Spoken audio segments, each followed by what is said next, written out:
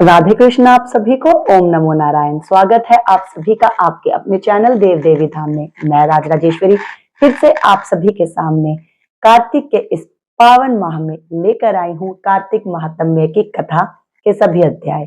तो आज हम पढ़ेंगे और सुनेंगे कार्तिक महात्म्य का 11वां अध्याय।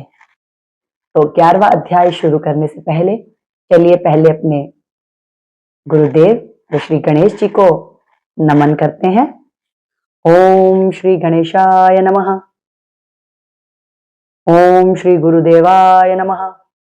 गुरुर्ब्रह्मा गुरुर्विष्णुः गुरुर्देवो महेश्वरः गुरुः साक्षात् परम ब्रह्म तस्मै श्री गुरुवे नमः। ओम श्री गुरुदेवाय नमः।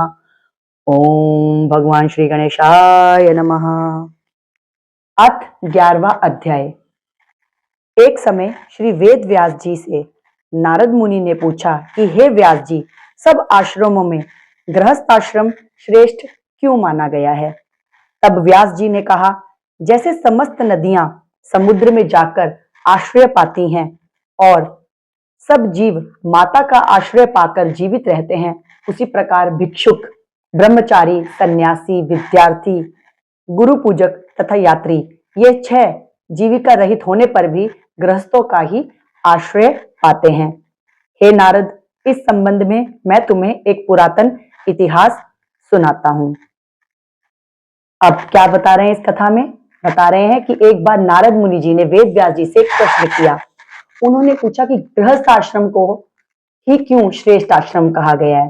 तब व्यास जी ने कहा कि जो 6 प्रकार के मनुष्य हैं जो जीविका रहित हैं, जैसे भिक्षुक, ब्रह्मचारी, सन्यासी, विद्यार्थी, गुरु पूजक और यात्री। तो कहते हैं कि उन 6 प्रकार के मनुष्यों की जो जीविका रहित हैं, फिर भी उनका जीवन जो है किन के आश्रय से चलता है? गृहस्थ आश्रमों के आश्रय से। और तभी वेद व्यास जी कहते हैं कि गृहस्थ आश्रम को श्रेष्ठ बोला जाता है। और गृहस्थ आश्रम को श्रेष्ठ बताने के लिए वेद व्यास जी नारद मुनि जी को एक प्राचीन काल से जुड़ी हुई कथा सुनाते हैं। तो चलिए सुनते हैं।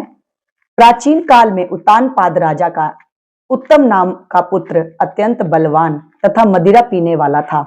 राजा बनने पर उसने बहुला नाम वाली स्त्री से विवाह किया। राजा रानी दोनों स्नेहपूर्वक रहने लगे। एक दिन राजा ने वेश्या का नृत्य देखते हुए मदिरा पान किया, साथ ही अपनी स्त्री से मदिरा पीने का आग्रह किया, परंतु रानी ने उसका कहना नहीं माना। तब राजा ने क्रोधित होकर अपने सेवकों को निर्जन वन में रानी को छोड़ आने की आज्ञा दी। अनुचरों ने राजा की आज्ञा का पालन किया। इसके पश्चात राजा ने दूसरा विवाह नहीं किया और रानी के वियोग को सहन करते हुए प्रजा का पुत्र के समान पालन करने लगा। एक दिन एक ब्राह्मण ने राजा के समीप आकर निवेदन किया कि हे राजन, मेरी स्त्री का किसी ने अपहरण कर लिया है, इस कारण मैं अत्यंत दुखित हूं। अतएव आप उसे तलाश करके मुझे प्राप्त कराने की व्यवस्था करें। राजा ने कहा कि महाराज, मुझे नहीं मालूम कि आपकी स्त्री को कौन, किधर और कहां ले गया। इस स्थिति में उसे ढूंढकर कहां से ला सकता हूं?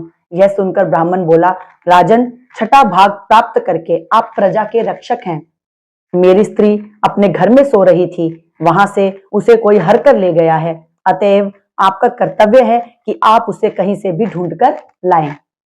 राजा ने कहा, हे विप्र, मैंने आपकी स्त्री को कभी देखा नहीं है और ना ही मैं यह जानता हूं कि वह कैसे रंग रूप व स्वभाव वाली है, तब मैं उसे कैसे खोज सकता हूं? यह सुन ब्राह्मण बोला, यद्यपि वह कर्कश स्वभाव की, कठोर वचन बोलने वाली, काले रंग की कुरूपा है, तथापि मैं उसकी निंदा नहीं करता, क्योंकि वह मेरी पत्नी अर्थात अर्धांगिनी है। यह सुन राजा ने कहा, जब तुम्हारी स्त्री ऐसी कुरूपा और क्रूर स्वभाव की है, तब तुम उसे प्राप्त करके क्या करोगे? उसके स्थान पर मैं तुम्हें अत्यंत सुंदर शील स्वभाव की अन्य स्त्री लाकर दे सकता हूं। ब्राह्मण कहने लगा, हे राजन, मेरी पत्नी मेरे धर्म कर्म की अर्धांगिनी है, अंततः उसकी रक्षा करना मेरा परम धर्म है। जो पुरुष अपनी स्त्री की सुरक्षा नहीं करता, उसके वर्ण संकर संतान उत्पन्न होती है और उसके पितर नरकवासी होते हैं। वैश्यागामी पुरुष का कल्याण कभी नहीं हो सकता। जो मनुष्य ऋतुकाल के पश्चात अपनी स्त्री से सहवास नहीं करता, उसके पितर 1 मास तक उसके रुधिर में तैरते हैं। ब्राह्मण के ऐसे वचन सुनकर राजा अपने शस्त्रास्त्र ले रथ पर सवार होकर उस स्त्री को खोजने चल दिया। कुछ दूर जाकर उसने एक आश्रम देखा जिसमें एक महान तपस्वी कुश के आसन पर विराजमान थे। राजा को आश्रम में आया देखकर भी ऋषि ने उसका कोई आदर सत्कार नहीं किया और कहने लगे, मैं जानता हूं कि तुम राजा उत्तानपाद के पुत्र हो, मगर यहाँ किस कारण आए हो? राजा ने कहा, हे मुने, एक ब्राह्मण के घर से कोई उसकी स्त्री को हर कर ले गया है। मैं उसी की खोज में इधर आया हूँ, मगर आपने ना तो अर्घ्य आदि और ना ही किसी प्रकार का आदर सत्कार किया। इसका क्या कारण है? तब ऋषि ने उत्तर दिया, हे राजन, तुम अर्घ्य योग्य होते हुए भी इस समय उसके पात्र नहीं हो, क्योंकि तुमने अपनी निरपराध स्त्री का वन में त्याग किया है। जहां स्त्री का यह धर्म है कि तन मन से पति की सेवा करे तथा उसकी आज्ञाकारिणी रहे, वहां पति का भी यह परम धर्म है कि वह अपनी पत्नी का यथोचित सम्मान करे। जिस घर में स्त्रियों का मान होता है, वहां देवताओं का वास होता है। इसके विपरीत जहां स्त्रियों का अनादर होता है, वहां सुख शांति कभी रह ही नहीं सकती। इतना सुन राजा लज्जित होकर पूछने लगा, भगवान, आप भूत भविष्य वर्तमान तीनों काल के जानने वाले हैं, अतएव कृपा करके बताइए कि ब्राह्मण की स्त्री को हरकर कौन कहां ले गया है। अब जो वेदव्यास जी हैं, नारद मुनि जी को कथा बताते हैं और कथा बताते हैं राजा उत्तानपाद के पुत्र उत्तम की, और कहते हैं कि बड़ा बलवान होता था उत्तम, लेकिन मदिरा पान करता था और साथ ही साथ वैश्यालयों में वैश्याओं का नृत्य देखने के लिए भी जाया करता था। और एक समय की बात है कि उसने अपनी पत्नी को भी मदिरा पीने के लिए बहुत ज्यादा आग्रह किया कि मदिरा पियो, और जब उसकी पत्नी ने मना किया कि नहीं, मैं नहीं पीऊंगी, तब उसने अपनी पत्नी को त्याग दिया। और लेकिन त्यागने के बाद उसने शादी भी नहीं की और अपनी प्रजा को संभालने में लगा रहा। और वैसे ही क्या होता है, एक दिन प्रजा में से ही एक विप्र उनके पास आता है और उनसे विनती करता है कि मेरी पत्नी को कोई हर कर ले गया है, तो मेरी पत्नी को कृपया करके ढूंढने की चेष्टा करें, और उसे ढूंढना आपका कर्तव्य है, क्योंकि आप राजा होकर के हमसे उस चीज का टैक्स वसूलते हैं, कर लेते हैं, तो आपकी ये जिम्मेवारी, ये कर्तव्य बनता है कि आप प्रजा की रक्षा करें, तो अतएव मेरी पत्नी को ढूंढ कर लाएं। अब राजा उत्तम क्या कहता है? उत्तम कहता है कि मैं तुम्हारी पत्नी को कैसे ढूंढूं, ना तो मैं उसकी शक्ल जानता, ना मैं उसका हुलिया जानता, कैसी है कैसी नहीं, तो मैं उसे कैसे ढूंढ पाऊंगा। फिर वो जो विप्र है वो बताता है कि मेरी पत्नी एकदम क्रोधी स्वभाव की और एकदम कुरूपा, काली कुरूप है। तो राजा कहता है कि तेरी पत्नी कुरूप है और एकदम क्रोधी स्वभाव की है, कलेश करने वाली है, तो क्यों तुझे वही पत्नी चाहिए? मैं तुझे उसकी जगह कोई और सुंदर सी स्त्री ढूंढ कर ला दूंगा। तो वो कहता है विप्र की नहीं, मेरी पत्नी चाहे जैसी भी हो, मैं उसकी निंदा नहीं करता, क्योंकि वो मेरी अर्धांगिनी है। हर धर्म कर्म के काम में वो मेरी आधे की हिस्सेदार है, वो मेरी अर्धांगिनी है, तो उसकी रक्षा सुरक्षा करना भी मेरा कर्तव्य है, मेरा धर्म है, और मैं यह धर्म कभी नहीं छोड़ूंगा। तब राजा उसकी बात सुन करके फिर उसकी पत्नी को ढूंढने के लिए निकल पड़ते हैं।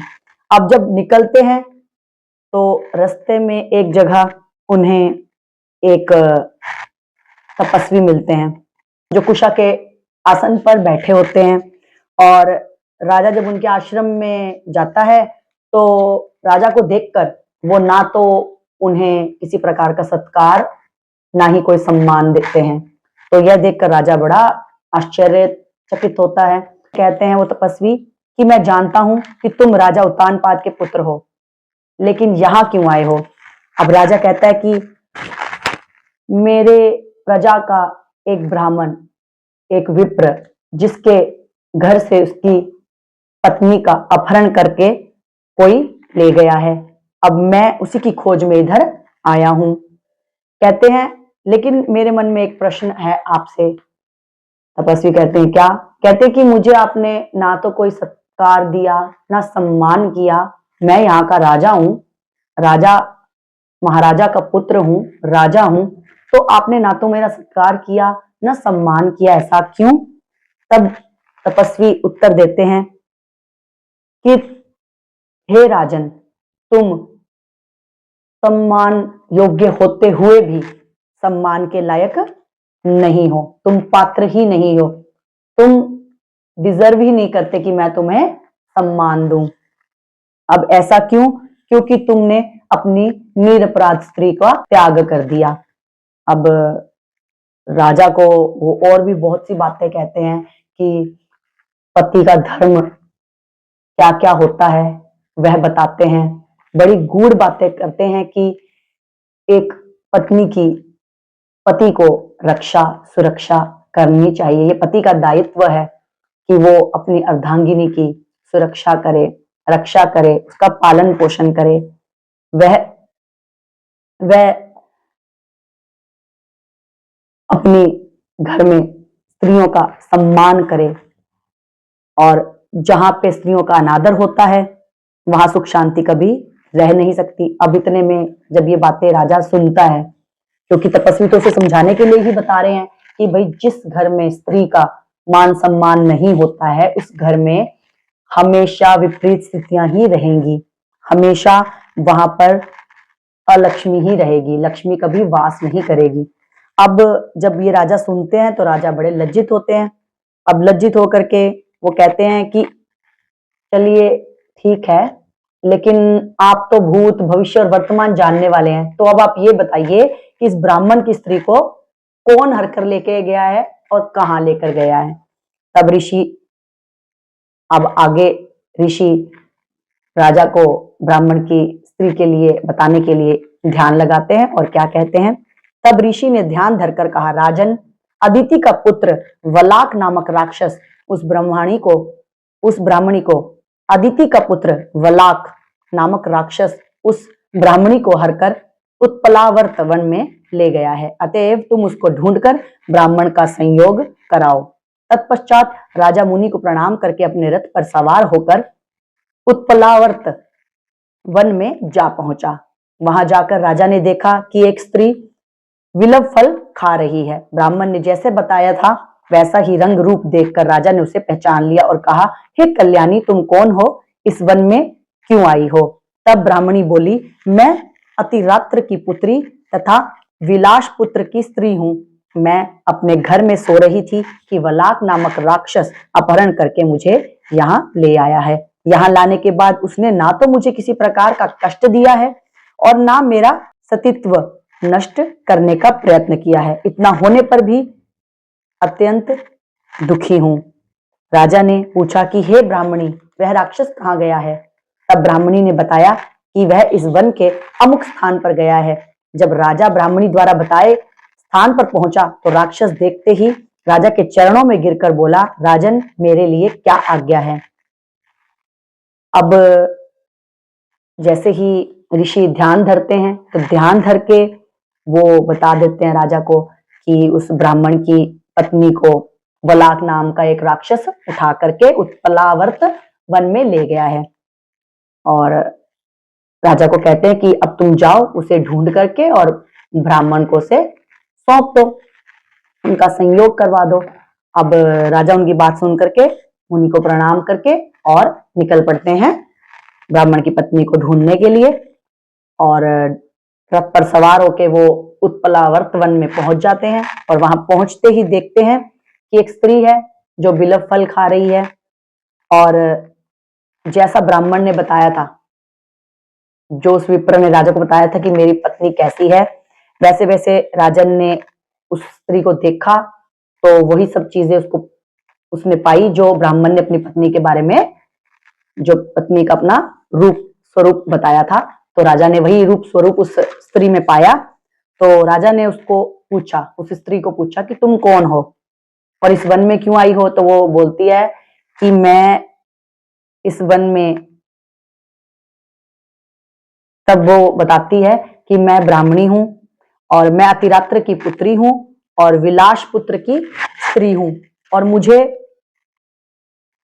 मेरे घर से जब मैं सो रही थी तब बलाक नामक राक्षस उठाकर ले आया, लेकिन लाने के बाद उसने मुझे किसी प्रकार का कष्ट नहीं दिया और ना ही मेरे प्रीतव को उसने नष्ट किया। तब राजा ने पूछा कि हे ब्राह्मणी, वो राक्षस कहाँ गया। तब ब्राह्मणी ने बताया कि वो इस वन में यहाँ यहाँ कहीं गया है। तो जब राजा, उस ब्राह्मणी ने जो उसको बताया था कि वन में वो यहाँ वहां कहीं गया है, किसी स्थान का नाम उसने बताया, और राजा जब उसको ढूंढता हुआ, राजा जब उस राक्षस को ढूंढता हुआ वन में जाता है, तो राक्षस राजा को देखते ही राजा के चरणों में नतमस्तक हो जाता है और कहता है कि हे राजन, बताइए मेरे लिए क्या आज्ञा है। अब आगे, तब राजा ने कहा, अरे निशाचर, तू ब्राह्मणी को हरकर क्यों लाया है?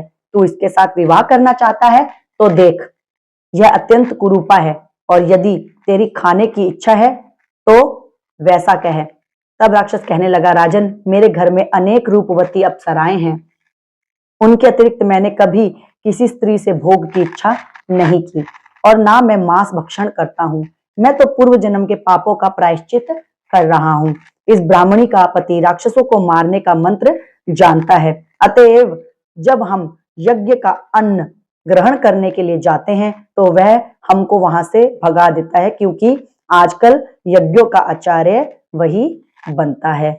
अब जैसे ही राजन के वो पैरों पर पड़ता है राक्षस, तो राजन उसे कहता है कि भाई, तू क्यों लेकर के आया इस ब्राह्मणी को, इसका अपहरण करके इसे हरकर क्यों लेके आया है? इतनी कुरूप है ये, है? तो तेरी अगर विवाह करने की इच्छा है तो ये तो इतनी कुरूप है, और यदि तू इसको खाना चाहता है तो वो बता। तब फिर राक्षस कहता है कि ना तो मैं मांस खाता हूं, तो इसीलिए मैं इसको खाना भी नहीं चाहता, और रही कुरूप की बात, तो मेरे घर पे मेरी खुद की अनेक रूपवान अप्सराएं हैं, उनके अतिरिक्त मैं किसी और स्त्री को भोगना चाहता ही नहीं हूं, ना मेरी कोई इच्छा होती है किसी और स्त्री के साथ भोग करने की। तब फिर वो आगे राक्षस बताता है कि मैं तो ना पूर्व जन्म के अपने पापों का प्रायश्चित कर रहा हूं इस राक्षस योनि में। तो राक्षस बताता है कि मैं तो पूर्व जन्म के पापों का प्रायश्चित कर रहा हूं। कहता है कि ये जो ब्राह्मणी है जिसे मैं हरकर लाया हूं, इसका पति हर यज्ञ का आचार्य बनता है, और वो मंत्र जानता है राक्षसों को मारने का, और जब भी हम यज्ञ का जो अन्न चढ़ाया जाता है, उसे ग्रहण करने के लिए जाते हैं तो यह हमें दूर भगा देता है। अब आगे राक्षस बताता है कि उसने ऐसा आगे क्यों किया। इसी कारण उस ब्राह्मण को दुखी करने के लिए मैं उसकी स्त्री को हर लाया हूं, और कहता है कि इसी वजह से मैं उसकी स्त्री को उठाकर ले आया ताकि वो थोड़ा दुखी हो जाए। वैसे भी शास्त्रीय नियमानुसार स्त्री के बिना पुरुष को कर्म करने का अधिकार नहीं है। यह सुनकर राजा ने विचार किया कि यह भी परोक्ष रूप से मेरी ही निंदा कर रहा है। मुनि ने भी इसी का त्याग करने के कारण मुझे अर्घ्य योग्य नहीं माना है। तभी राजा को विचार मग्न देख राक्षस कहने लगा, हे राजन, मैं आपकी प्रत्येक आज्ञा का पालन करूंगा। इतना कहकर वह हाथ जोड़कर खड़ा हो गया। अब जैसे ही राक्षस उसे कारण बताता है राजा को कि मैं इस कारण से उसकी स्त्री को हर के लाया हूं, क्योंकि यदि मैं उसकी स्त्री हर लाया हूं तो अब वो किसी भी प्रकार का कोई भी कर्म करने का अधिकारी नहीं है शास्त्र के नियमों के अनुसार। तो अब राजा जब उसकी बात सुनता है तो राजा को लगता है, अरे ये भी मुझे स्त्री के लिए ही टिप्पणियां कर रहा है। उसे ऐसा लगता है कि ये मुझे ही ताने मारा है, क्योंकि राजा ने अपनी स्त्री को, जो कि निरपराध थी, उसको त्याग दिया था। तो ऐसा ही पहले उन्हें तपस्वी जी ने ज्ञान दिया था और उन्हें कोई सम्मान सत्कार नहीं दिया, और अभी ये राक्षस भी उन्हें पत्नी से और स्त्री से जुड़ी हुई बातों का ही ज्ञान दे रहा है। तो राजा को सुन के ऐसा लगता है कि मेरे ऊपर ही बात हो रही है, मेरी ही निंदा हो रही है, क्योंकि अक्सर ऐसा होता है कि जब आपने कुछ गलत किया होता है और आसपास में कहीं उसकी बात चल रही होती है, तो आपको ऐसा लगता है कि वो मेरे लिए ही है। और कहते हैं ना, चोर की दाढ़ी में तिनका, तो वही सब राजा के साथ इस समय हो रहा था, क्योंकि हर कोई जो भी उससे मिल रहा था वो ही उससे स्त्री की महानता और अपनी पत्नी के विषय के बारे में, कि क्या क्या दायित्व है, एक पति का धर्म क्या है, एक पति का कर्तव्य क्या है एक पत्नी के लिए, वो सब बता रहा था। तो राजा को सब कुछ लग रहा था कि मेरे लिए ही है और मुझे ही बोला जा रहा है। फिर राजा जब जैसे ये विचार कर रहा होता है, तो राक्षस उसे देखता है, तो राजा को कहता है राक्षस कि हे राजन, मैं आपकी सारी बातें मानूंगा, सब आज्ञा मानूंगा, सब आपके ऑर्डर्स मानूंगा, आप बताइए मैं क्या करूं। अब राजा ने कहा, हे निशाचर, तुम इस ब्राह्मणी को इसके घर पहुंचा दो, और उसके बाद जब भी मैं याद करूं तुम मेरे पास आ जाना। इतना कहते ही वह राक्षस ब्राह्मणी को लेकर उसके घर छोड़ने चला गया। अब राजा, जैसे ही वो राक्षस पूछता है कि हाथ जोड़ करके कि राजा आप बताइए मैं आपके लिए क्या करूं, मैं आपकी सारी आज्ञा का पालन करूंगा। तो राजा उसको कहता है कि जाओ, जा करके इस ब्राह्मणी को इसके पति के पास छोड़ आओ, और उसके बाद मैं जब भी तुम्हें याद करूं तभी तुम मेरे पास आ जाना। अब वह राक्षस ले जाता है ब्राह्मणी को, ले जा करके उसके घर छोड़ करके आ जाता है। इसके बाद राजा विचारने लगा कि मैंने अपनी निर्दोष पत्नी को घर से निकाला है, अतएव अब मैं कौन सा ऐसा पुण्य कर्म करूं जिससे इस पाप से निवृत्ति हो। तब राजा ने पुनः उन्हीं मुनि के पास जाकर उनसे अपना कर्तव्य पूछा। अब जब राजा इतनी बातें सुनता है कि एक राक्षस तक भी अपनी स्त्री के प्रति इतना समर्पित है, और एक तपस्वी ने भी उन्हें एक स्त्री का सम्मान करने के लिए बताया था, तो अब उनको लगता है कि मैं ऐसा कौन सा कर्म करूं जिसकी वजह से मेरे ये पाप जो हैं वो खत्म हो जाएं। तो ऐसा सोच करके वो उन्हीं तपस्वी के पास जाता है वापस, जिन्होंने पहले उसे स्त्री के बारे में बताया था कि स्त्री का मान सम्मान करना चाहिए। तो उनके पास जाकर के वो पूछता है उनसे कि मैं ऐसे कौन से पुण्य कर्म करूं जिसकी वजह से मेरे जो पाप हैं वो सब मेरे मिट जाएं। मैंने जो अपनी निर्दोष पत्नी को घर से निकाला है, तो उसका मैं प्रायश्चित कैसे करूं, कौन से पुण्य कर्म करूं कि मेरा वो पाप मिट सके। तब तो राजा उन मुनि के पास जाकर उनसे अपना कर्तव्य पूछता है। अब मुनि ने कहा, हे राजन, पुरुष के लिए स्त्री धर्म, अर्थ, काम और मोक्ष सभी कुछ देने वाली है। तो जो तपस्वी हैं, जो मुनि हैं, वो क्या बता रहे हैं राजा को कि हे राजन, जो एक स्त्री है, यानी कि पति के लिए जो उसकी पत्नी है, वो धर्म, अर्थ, काम और मोक्ष चारों प्रकार की समृद्धि को देने वाली है। इतना ही नहीं, स्त्री के बिना इस लोक तथा परलोक कहीं पर भी फल की प्राप्ति नहीं है और ना हो सकती है। अब क्या बताते हैं तपस्वी जी, ये भी बोल रहे हैं कि अगर स्त्री नहीं है ना किसी की, तो उसकी ना तो इस लोक में और ना परलोक में कहीं भी किसी प्रकार की फल की प्राप्ति नहीं होती है। चाहे वह कुरूपा, मूर्ख, रोगी, दरिद्री या खोटे स्वभाव वाली क्यों ना हो, पुरुष को उसका सम्मान करना ही चाहिए। अब तपस्वी ये भी बताते हैं कि स्त्री चाहे कैसी भी हो, चाहे कुरूप हो, काली हो, भद्दी हो, मूर्ख हो, चाहे रोगग्रस्त हो, और चाहे दरिद्री हो, और बड़े क्रोधी स्वभाव की हो, खोटे स्वभाव की हो, फिर भी एक पुरुष को हमेशा अपनी स्त्री का सम्मान ही करना चाहिए। अब ये सब सुन के राजा क्या कहता है?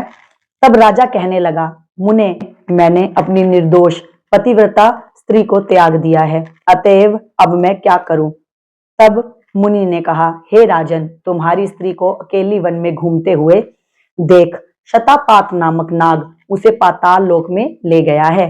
उस नाग की नंदा नाम की एक कन्या है, जिसने उसको घर में छिपा रखा है।